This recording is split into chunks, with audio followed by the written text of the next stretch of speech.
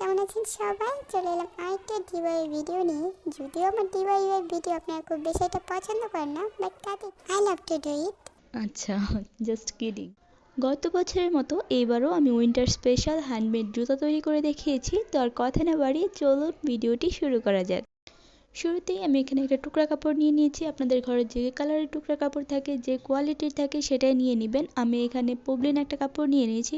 চেষ্টা করবেন ভয়েল কাপড়টাকে এড়িয়ে যাওয়ার, কারণ ভয়েল কাপড়টা অনেক বেশি পাতলা হয়। আর এখানে দেখুন আমি আমার পায়ের শেপে একটা দাগ দিয়ে নিচ্ছি। আর যে জিনিসটা দিয়ে দাগ দিচ্ছি এটা হচ্ছে কার্ডবোর্ড দিয়ে আমি জুতার জন্য সোল বানিয়ে নিয়েছি। আপনারা এখানে চাইলে সরাসরি জুতা দিয়ে যে মাপটা আছে এটা দিয়ে নিতে পারেন। আর যে সোলটা আমি তৈরি করেছি এটাও সেম একইভাবে আমি জুতার মাপে কেটে নিয়েছি। আর এখন যে কাপড়টাতে আমি দাগ দিয়ে নিয়েছি এটা দেখুন আমি দাগের বাইরে 1/2 ইঞ্চি পরিমাণ কাপড় ছেড়ে তারপর কিন্তু দাগটা দিচ্ছি। এই 1/2 ইঞ্চি আমাদের সেলাইয়ে চলে যাবে। এখন একই রকম ভাবে জুতার উপরের অংশের জন্য আমি এখানে একটা কাপড় নিয়ে নিয়েছি। এটাকে আমি সাইজ মতো কেটে নিয়েছি, তবে এটা আমাদের নিচের অংশের যে কাপড়টা সেটার থেকে তুলনায় চারপাশ দিয়ে একটু বড় হবে। এই কাপড়টাকে কেন বড় রাখতে হবে সেটা ভিডিও দেখতে দেখতে আপনারা নিজেরাই বুঝে যাবেন। আর এখানে আমি কি কাপড় ইউজ করছি সেটা আমি পরে বলে দিচ্ছি। এখন আমাদের এই কাপড় দুইটাকে প্রথমে আমি উল্টো ভাবে সেলাই দিয়ে নিয়েছি। এখানে খেয়াল রাখতে হবে যে কোনো একটা মাথা অবশ্যই আপনাকে খোলা রাখতে হবে, সেটা নিচের দিকে রাখুন আর উপরের দিকে রাখুন। তো আমি একটা সাইড টোটালি খোলা রেখেছি এবং এটাকে উল্টে আমি যে প্রথমে যে বোর্ডটা দেখিয়েছিলাম জুতার সোল বানিয়েছি সেটাকে এটার ভিতরে দিয়ে দিলাম। এখানে আপনারা চাইলে কার্টুন ছাড়াও আমাদের নর্মাল যেই রেগুলার ইউজের স্লিপার থাকে বা স্যান্ডেল থাকে সেগুলো কিন্তু ফিতা ছাড়া এটা সোল হিসেবে ব্যবহার করতে পারেন, অথবা জাস্ট কাপড় অথবা বক্রম দিয়ে একটা স্তর দিয়ে বসিয়ে নিতে পারেন। এখন আমাদের খোলা যে সাইডটা ছিল এটাকে আমি হাত দিয়ে সেলাই করে দিচ্ছি। এখানে আপনারা গ্লু গান অথবা যে কোনো আঠা দিয়ে আটকে নিতে পারেন, তবে গ্লু গান বা আঠা ইউজ করে যারা অভ্যস্ত না বা তেমন পারদর্শী না তাদের আমি সাজেস্ট করব হাত দিয়ে সেলাই করার জন্য। মন মতো কিন্তু সেলাই করে নেওয়া যায়। চেষ্টা করবেন আমাদের সোল যেটা থাকবে তার সাথে একদম লাগোয়া ভাবে কাপড়টাকে সেলাই করার, অর্থাৎ একদম বডি ফিটিং করে সেলাই করার চেষ্টা করবেন। তাহলে পরবর্তীতে আপনি জুতা পায়ে দিলে নিচ থেকে সোলটা বারবার নড়ে যাবে না, এটা একদম জায়গা মতো ফিক্স হয়ে থাকবে। আর একটু টেনে টেনে সেলাই করলে দেখবেন সেলাইটাও খুব সুন্দর কাপড়ের সাথে অ্যাটাচ হয়ে যাবে। আমি এখানে যেই ফ্যাব্রিকটা ইউজ করেছি এটার ভিতরে আপনি মানে সেলাই যে করছেন এই জিনিসটা আসলে বোঝাই যাবে না। এই ধরনের যেই উলের ফ্যাব্রিকগুলো থাকে এগুলোতে সাধারণত সুতাটা ভিতরের দিকে চলে যায়, বোঝা যায় না সেলাই করলেও। তো দেখুন কত সুন্দরভাবে শেপ এসে গিয়েছে। তো এখন এটার চারপাশে আমি ব্যারিয়ারের জন্য বা উপরের অংশের কাজের জন্য এখানে কাপড়টা নিয়ে নিব। তো ফার্স্টে আমি গুড়ালির দিকে মাপটা নিয়ে নিচ্ছি। এখানে আমার 10.5 ইঞ্চি পরিমাণ এসেছে, তবে 10.5 ইঞ্চির সাথে এক্সট্রা মিনিমাম 2 ইঞ্চি আপনার নিতে হবে, কারণ কিছুটা চলে যাবে সেলাইয়ে। তো এখন দেখুন একটা টুকরা কাপড় আমি এখানে নিয়ে নিয়েছি। আমার এখানে 12.5 ইঞ্চি পরিমাণ আছে আর লম্বায় আছে 2.5 ইঞ্চি পরিমাণ। এখন এটারও সেম ভাবে একটা মুখ খোলা রেখে 3টা দিক আমি সেলাই করে দিব। এটাকে উল্টে এটার ভিতরে কিছু তুলা ভরা হবে। তো এই জিনিসটা মাথায় রেখে অবশ্যই আপনারা সেলাইটা করবেন। তো এই যে সেলাই শেষ হয়ে গেলে এটাকে আমি উল্টে ভালোভাবে ভাঁজ করে নিয়েছি। এখন দেখুন আমি এখানে কিছু তুলো নিয়ে নিচ্ছি। তো এই তুলাগুলোকে আসলে কি তুলা বলে এটা আমি জানি না। এগুলো সাধারণত পুতুলের ভিতরে পাওয়া যায়। বাচ্চাদের পুতুল কিংবা এই টাইপের যে কোনো ডলের ভিতরে সাধারণত এই তুলোগুলো থাকে। আমি এগুলো পুতুলের ভিতর থেকে কালেক্ট করেছি। তো এখানে চাইলে আপনারা নর্মাল যে তুলা পাওয়া যায় সেগুলো ইউজ করতে পারেন, তবে এই তুলাগুলো কিন্তু খুব বেশি ফুলে থাকে, দেখতেও ভালো লাগে।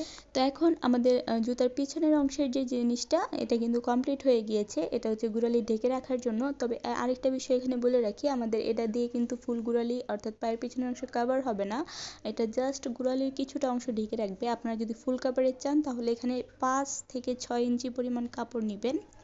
এখন আমাদের সামনের অংশের একই রকমভাবে আমি মেপে নিয়েছি। আমাদের 13 ইঞ্চি এসেছে, এখানে 2 ইঞ্চি এক্সট্রা, 2 থেকে 2.5 ইঞ্চি এক্সট্রা নিতে হবে, কারণ অনেক কাপড় এখানে সেলাই চলে যাবে। আর এই এক্সট্রা মাপটা কিন্তু জাস্ট নিচের দিকে যাবে, অর্থাৎ যেখান থেকে দুইটা কাপড় আমাদের একসাথে জয়েন হবে সেখানে হবে। উপরের দিকে অল্প একটু কাপড় এক্সট্রা রাখতে হবে। তো দেখুন আমি এখানে মাপ মতো কেটে নিয়েছি। এখন এটার সাথে আমি আবারও একটা টুকরা কাপড় অ্যাটাচ করে দিব। তার জন্য কাপড়টিকে আমি নিয়ে নিই এবং এটাকে এখন মাপ মতো দাগ দিয়ে পরবর্তীতে কেটে নিব। তবে এখানে খেয়াল রাখতে হবে এখানে এক্সট্রা কোনো অংশ রাখা যাবে না। ঠিক যে মাপে আমরা আগের কাপড়টি কেটেছি সেম মাপে পরের কাপড়টিকেও কেটে নিতে হবে এবং কাটার পর অ্যাজ ইউজুয়াল এটাকে উল্টো পাশ করে আমরা সেলাই করে দিব এবং সোজা পৃষ্ঠে এনে এটার ভিতরে তুলো ভরে নিব। তো এই বিষয়টা আমি আগে রিমাইন্ডার করে নিচ্ছি।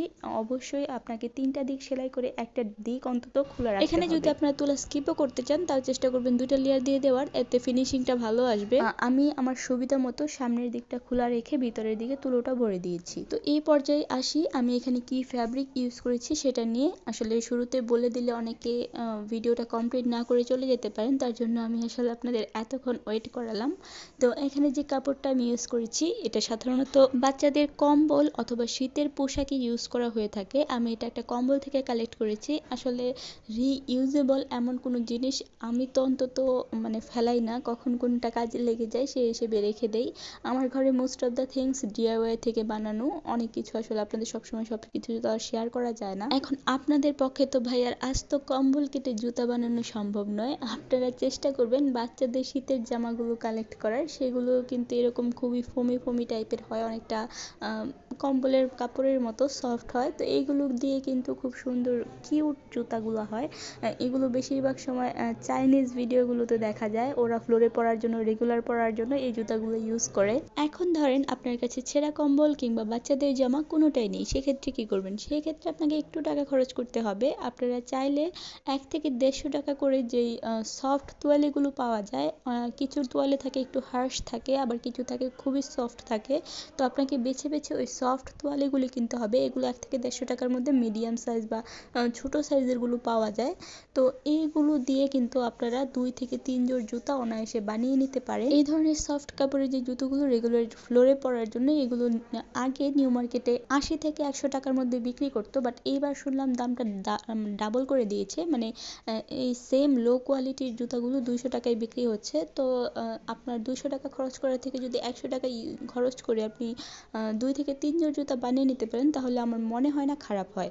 আর আপনার পাগুলো যদি আমার মতো কিউট সাইজের হয়, অর্থাৎ ছোট সাইজের, তাহলে এখান থেকে 3টা জুতা আপনি অনায়াসে বানিয়ে নিতে পারেন। আর যদি একটু বড় সাইজের পা হয়, তাহলে মিনিমাম তো 2 সাইজ মানে 2 জোড় বানানো যাবে। আর তো আমার মনে হয় না সর্বোপরি এটা কোনো bad idea, but overall it's a good idea. তো দেখুন, আমি কথা বলতে বলতে কিন্তু আবার কাজ অনেকটা এগিয়ে নিয়ে গিয়েছি, অনেকটা বলতে প্রায় শেষের দিকে কাজ। 2টা কাপড় কিন্তু আমি একই সাথে অ্যাটাচ করে এখন আমাদের মেন জুতার যে সোলটা আছে সেটার সাথেও অ্যাটাচ করে দিচ্ছি। এখন এটা অ্যাটাচ করলে কিন্তু জুতাটা কমপ্লিট হয়ে যাবে। তবে আপনি যদি এখানে ডেকোরেশন চান তাহলে যে কোনো ডেকোরেশন করতে পারেন। আমি এখানে 2টা কিউট খরগোশের যে কানগুলো থাকে লম্বা লম্বা, এই কানগুলো লাগিয়ে দিয়েছি। তো জিনিস তৈরি করার পর ডেকোরেশনের যে বিষয়টা, এটা হচ্ছে আপনার নিজের কাছে, আপনি জিনিসটাকে কিভাবে ডেকোরেশন করবেন, it's fully up to you.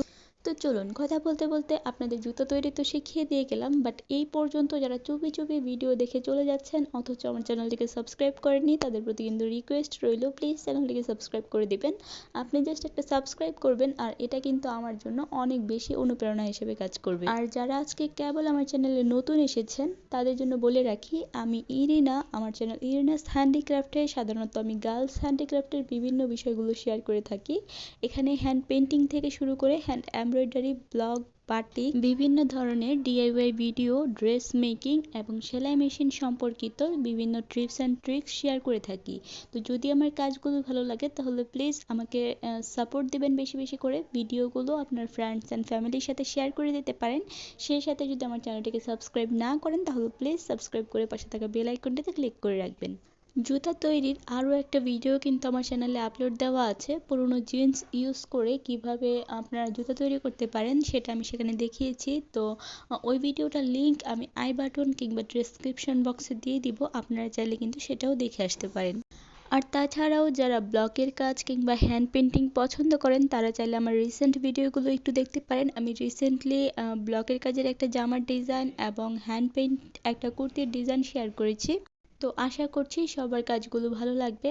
আর কাজগুলো কেমন লাগে অবশ্যই কিন্তু আমাকে কমেন্ট করে জানাবেন। আপনাদের কমেন্ট পড়লে আসলে আমি বুঝতে পারি আমার কাজগুলো আপনাদের ভালো লাগছে কিনা। এর মাঝে দেখুন আমার ভিডিওটা কিন্তু প্রায় শেষের দিকে, আমার জুতা তৈরি কমপ্লিট হয়ে গিয়েছে। এখন দেখুন এটাকে আমি পায়ে দিয়েও দেখাচ্ছি, একদম আমার পায়ের মাপে। আর কার কাছে কেমন লাগবে জানি না, বাট আমার কাছে তো খুবই ভালো লেগেছে। তো আজ এই পর্যন্তই, সবাই ভালো থাকবেন আর আমার জন্য অনেক অনেক দোয়া করবেন। আল্লাহ হাফেজ।